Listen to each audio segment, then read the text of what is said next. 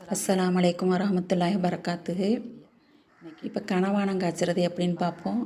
1/2 kilo கனவா கழுவி சுத்தம் பண்ணி இந்த மாதிரி வச்சுக்கிறணும்.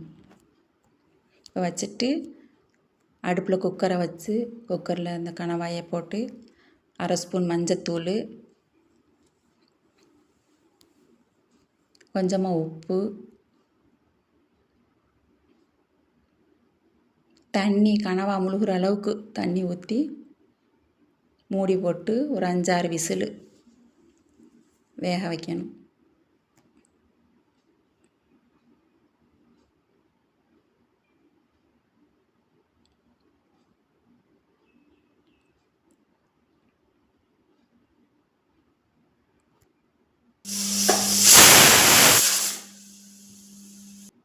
இப்போ நல்லா வெந்துருச்சு.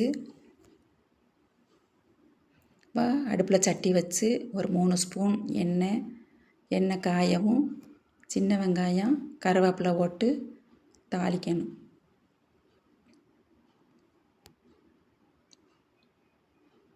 நல்லா செவக்க வதக்கி எடுத்துடணும்.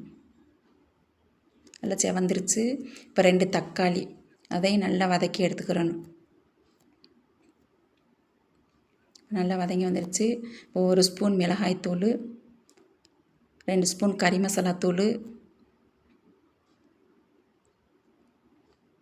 1/2 ஸ்பூன் மீன் மசாலா தூள், 1/2 ஸ்பூன் இஞ்சி பூண்டு பேஸ்ட்டு 1/2 ஸ்பூனு. இதை நல்லா வதக்கி எடுத்துடணும். நல்லா எண்ணெய் பிரிகிற அளவுக்கு வதக்கி எடுத்துடணும். நல்லா வதங்கிருச்சு. இப்போ கனவாயை அதில் போடணும்.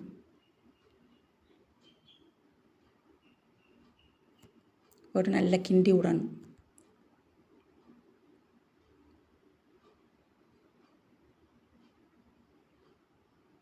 நல்லா கிண்டி இன்னும் கொஞ்சம் தண்ணி ஊற்றி கிண்டி விட்டுட்டு மூடி போட்டு இன்னும் கொஞ்சம் நேரம் வேக வைக்கணும். அந்த மசாலா பூரா அந்த கனவாயில் பிடிக்கணும்.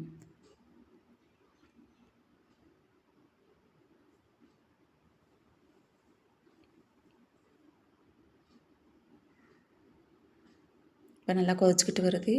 இன்னும் கொஞ்சம் வற்றி வரணும். நல்லா வத்திருச்சு.